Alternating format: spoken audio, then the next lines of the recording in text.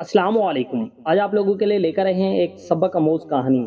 शादी के पहले ही दिन दुल्हा खाने का एक बड़ा सा थाल लेकर कमरे में दाखिल हुआ और खाने की बड़ी ज़बरदस्त खुशबू आ रही थी और दुल्हन से कहने लगा, आओ खाना खाते हैं। तो दुल्हन बोली, मैंने देखा है कि आपकी वालदा ने भी अभी तक खाना नहीं खाया। आप अपनी वालदा मोहतरमा को भी बुला लें ताकि हम मिलकर खाना खा सकें। लेकिन खावंद बहुत ही टाल मटोल से काम ले रहा था।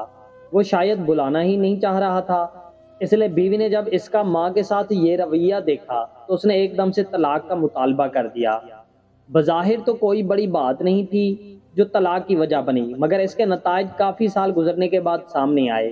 तलाक के बाद इन दोनों की कहीं और शादी हो गई और वो औरत निहायत ही फरमाबरदार बीवी थी। इसके बच्चे जो अपनी माँ से बहुत मोहब्बत करते थे।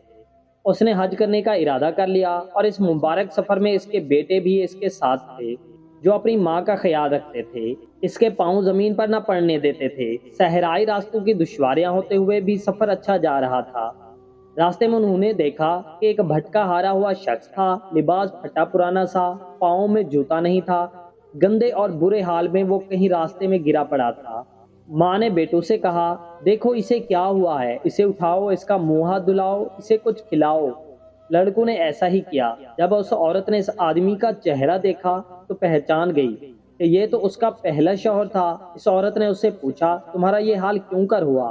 तो वो कहने लगा, मेरे बच्चे मेरा ख्याल नहीं रखते। और इसने फौरन कहा, वो क्यों कर तुम्हारा ख्याल नहीं रखेंगे? तुमने भी तो अपने वालिदैन के साथ यही हाल किया था। मैं तो शादी वाले दिन ही समझ गई थी कि तुम अपने वालिदैन के हकूक पूरे नहीं कर रहे।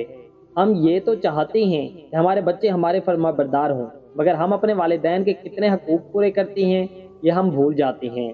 जो इंसानी हक है, जो चाहता है कि इसका बुढ़ापा शानदार तरीके से गुजरे, तो वो अपने वालिदैन के हकूक की भी शानदार तरीके से पूरे करे। दोस्तों, आज की वीडियो अगर पसंद आई हो तो लाइक करना है और इसे आगे ज़रूर शेयर करना है।